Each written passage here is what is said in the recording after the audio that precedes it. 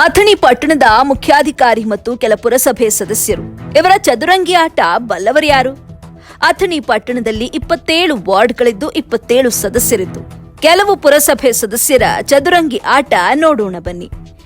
ಎಂದೋ ಮಾಡಿದ ಕಾಮಗಾರಿಗೆ ಇತ್ತೀಚಿನ ಸಮಯದಲ್ಲಿ ಅದರ ಹೆಸರು ಹೇಳಿಕೊಂಡು ಅನುದಾನದ ಹಣ ಪಡೆದುಕೊಂಡಿದ್ದಾರಂತೆ.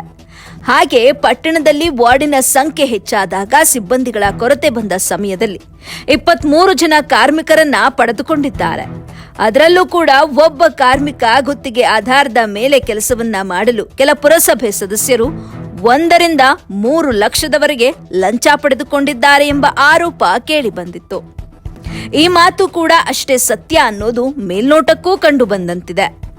ಅದೇ ರೀತಿ ಅಥಣಿ ಪಟ್ಟಣದಲ್ಲಿ ಭಾವಚಿತ್ರದ ಕಟೌಟ್ಗಳನ್ನು ಅಳವಡಿಸಿಕೊಂಡು ಇದರಲ್ಲೂ ಕೂಡ ಡಿಜಿಟಲ್ ಬೋರ್ಡ್ ನಿರ್ಮಾಣ ಮಾಡಿಕೊಂಡ ಮಾಲೀಕರಿಂದ 1 ರಿಂದ 15 ಲಕ್ಷದವರೆಗೆ ಲಂಚ ಪಡೆದ ಆರೋಪ ಮುಖ್ಯಾಧಿಕಾರಿ ಮೇಲೆ ಇರುತ್ತೆ.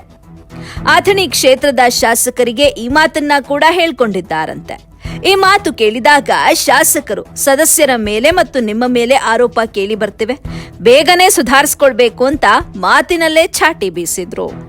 ಇದು ಒಂದು ಗೋಳಾದ್ರೆ ಮತ್ತೊಬ್ಬ ಅಧಿಕಾರಿಯಾದ ಇಂಜಿನಿಯರ್ ಸಾಹೇಬ್ರು ಗಂಡ ಸತ್ತ ಮೆಂಢನಂತೆ ವರ್ತನೆ ಮಾಡುತ್ತಾ ಇವರು ಕೂಡ ಲಂಚಕೋರರಂತೆ ಎಂದು ಇವರ ಮೇಲೂ ಕೂಡ ಸಾಕಷ್ಟು ಆರೋಪಗಳು ಕೇಳಿ ಬರ್ತಿವೆ.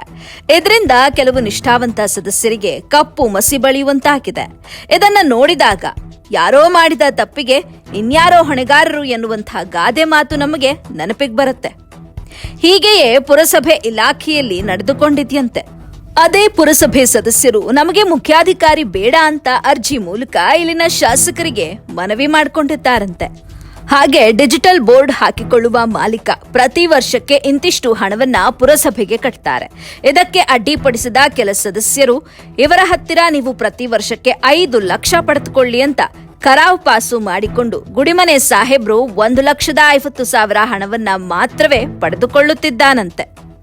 ಹೀಗಾಗಿ ಸದಸ್ಯರಿಗೆ ಈಗ ಬೆಲೆ ಇಲ್ಲದಂತಾಗಿದೆ.